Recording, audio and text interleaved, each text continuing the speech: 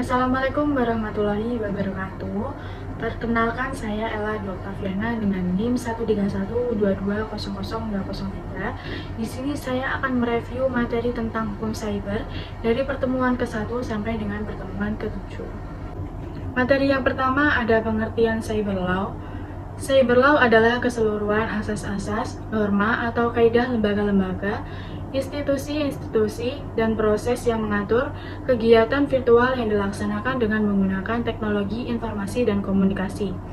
Cyber law yaitu hukum yang mengatur aktivitas di dunia maya atau kejahatan dunia maya melalui jaringan internet. Istilah cyber law ada 3 istilah. Yang pertama ada hukum dunia maya, yang kedua ada hukum teknologi, dan yang ketiga ada hukum telematika. Selanjutnya yaitu sejarah cyber law di dunia. Pada tahun 1980, khususnya negara-negara di Eropa dan Amerika Utara mulai melakukan kriminalisasi terhadap perbuatan baru seiring dengan penggunaan teknologi komputer dalam melakukan tindak pidana konvensional. Pada tahun 1990, beberapa negara di berbagai belahan dunia sudah mengatur tindak pidana cyber seperti memasuki sistem komputer secara ilegal, merusak data dalam sistem komputer, dan menyebarkan virus.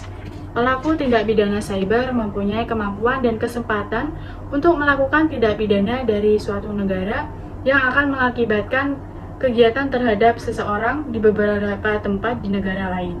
Untuk materi selanjutnya ada beberapa organisasi internasional. 1. Organisasi for Economic Cooperation and Development atau OECD, yaitu usaha internasional pertama dalam memerangi tindak pidana penyalahgunaan komputer dilakukan oleh OECD antara tahun 1983 dan tahun 1985. Beberapa perbuatan untuk diskriminalisasi dalam hukum pidana nasional yaitu 1. Memasukkan, mengubah, menghapus, dan atau menyembunyikan data komputer atau program komputer dengan maksud untuk melakukan transfer dana atau sesuatu yang dinilai lainnya secara ilegal. 2. Memasukkan, mengubah, menghapus, dan atau menyembunyikan data komputer atau program komputer dengan maksud untuk melakukan pemalsuan. 3. Memasukkan, mengubah, menghapus, dan atau menyembunyikan data atau komputer dengan maksud untuk mengganggu sistem komputer atau sistem telekomunikasi lainnya. 4. Pelanggaran hak eksklusif atas program komputer yang dilindungi yang dilakukan dengan sengaja untuk kepentingan komersial. 5. Mengakses atau mengintersip sistem komputer atau telekomunikasi tanpa seizin pihak yang bertanggung jawab atas sistem tersebut, baik dengan cara pelanggaran atas sistem pengamanan atau untuk tujuan maksud jahat lainnya. 2. United Nations, Perserikatan Bangsa-Bangsa atau PBB, melakukan monitoring terhadap komputer related crime dimulai pada tahun 1990 dengan Act United Nations Congress on the Prevention of Crime and Treatment of Offender. Dalam resolusi Kongres PBB tersebut, negara-negara dihimbau untuk mengintensifkan usaha-usaha menerangi komputer related crime dengan melakukan tindakan-tindakan berikut. 1. Modernisasi hukum pidana material dan hukum acara pidana nasional untuk menjamin dan memadai dalam menindak tindak pidana cyber. 2. Meningkatkan upaya-upaya pengamanan komputer dan upaya-upaya preventif dengan memperhitungkan masalah-masalah terkait perlindungan privasi, penghormatan hak asasi manusia, dan kebebasan-kebebasan fundamental serta setiap mekanisme pengaturan penggunaan atau pemanfaatan komputer. 3. The Group of Eight atau G8. G8 adalah kelompok negara-negara industri yang terdiri dari Kanada, Jerman, Perancis, Italia, Jepang, Inggris, Amerika Serikat, dan Rusia. G8 menyetujui 10 prinsip menerangi high-tech crimes antara lain. 1. Tidak boleh ada tempat berlindung bagi mereka yang menyalahgunakan teknologi informasi. 2. Penyidikan dan penuntutan atas pelaku kejahatan high-tech internasional harus dilakukan dengan berkoordinasi dengan seluruh negara yang berkepentingan terlepas dari wilayah hukum mana kerugian yang ditimbulkan. 3. Aparat penegak hukum harus terlatih dan diperlengkapi atau dipersiapkan untuk menangani kejahatan high-tech. 4. Sistem hukum harus melindungi kerahasiaan, keutuhan, dan ketersediaan data, dan sistem dari kerusakan yang diakibatkan oleh adanya perbuatan melawan hukum, dan menjamin adanya penghukuman terhadap penyalahgunaan serius. 5. Sistem hukum harus memungkinkan pengamanan data elektronik dan akses yang cepat terhadap data elektronik yang kerap sangat penting bagi keberhasilan investigasi kejahatan. 6. Rezim bantuan timbal balik harus dapat menjamin perolehan dan pertukaran alat bukti yang cepat dalam kasus yang melibatkan kejahatan high-tech internasional. 7. Akses elektronik lintas batas oleh penegak hukum terhadap informasi yang dapat diakses oleh umum tidak memerlukan pengesahan atau izin dari negara di mana data itu diperoleh atau berada. 8. Harus dikembangkan dan diterapkan standar forensik untuk memperoleh dan mensahkan data elektronik dalam proses investigasi dan penuntutan. 9. Sistem informasi dan telekomunikasi harus dirancang untuk membantu pencegahan dan mengetahui penyalahgunaan jaringan dan juga harus dapat digunakan menelusuri dan menemukan para penjahat dan mengumpulkan alat bukti.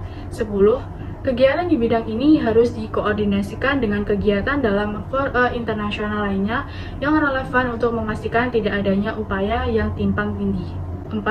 Council of Europe, Konvensi tentang Kejahatan Cyber atau Convention on Cybercrime 2001 yang digagas oleh Uni Eropa.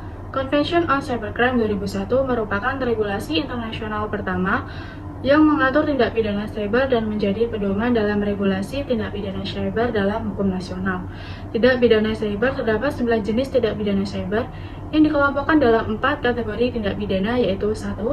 Kelompok pertama, tindak pidana terhadap kerahasiaan atau confidentiality, integritas atau integrity, dan ketersediaan data atau availability, dan sistem komputer terdiri dari illegal access pasal 2, illegal interception pasal 3, data interference pasal 4, sistem interference pasal 5, dan misuse of device pasal 6. 2. Kelompok kedua, tindak pidana yang berkaitan dengan komputer terdiri dari pemalsuan yang berkaitan dengan komputer atau computer related forgery pasal 7 dan penipuan yang berkaitan dengan komputer atau computer related fraud pasal 8. 3. Kelompok ketiga, tindak pidana yang berkaitan dengan konten yang berisi ketentuan tentang tindak pidana yang berkaitan dengan pornografi anak atau offense related to child pornography pasal 9. 4.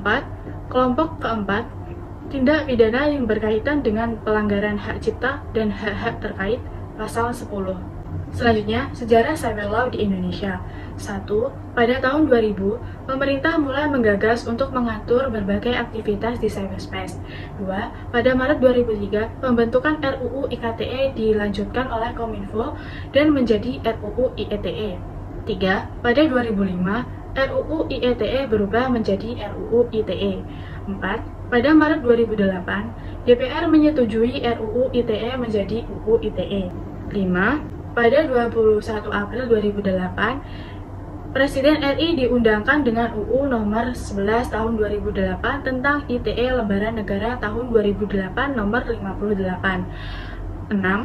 Pada tahun 2016, UU ITE direvisi melalui UU nomor 19 tahun 2016 tentang perubahan atas nomor 11 tahun 2008 tentang ITE.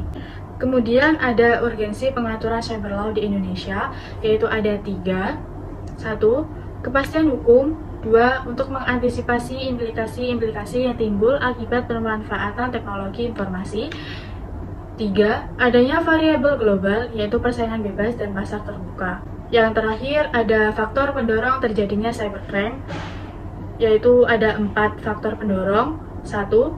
Akses internet yang tidak terbatas. 2. Mudah dilakukan dengan risiko keamanan yang kecil dan tidak diperlukan peralatan yang super. 3. Sistem keamanan jaringan lemah. 4. Kurangnya perhatian masyarakat dan penegak hukum. Mungkin itu saja materi yang dapat saya sampaikan. Apabila ada kesalahan dalam menyampaikan materi atau kurang jelas atau banyak salah dalam mengucapkan kata atau kalimat, mohon maaf yang sebanyak-banyaknya. Terima kasih. Wassalamualaikum warahmatullahi wabarakatuh.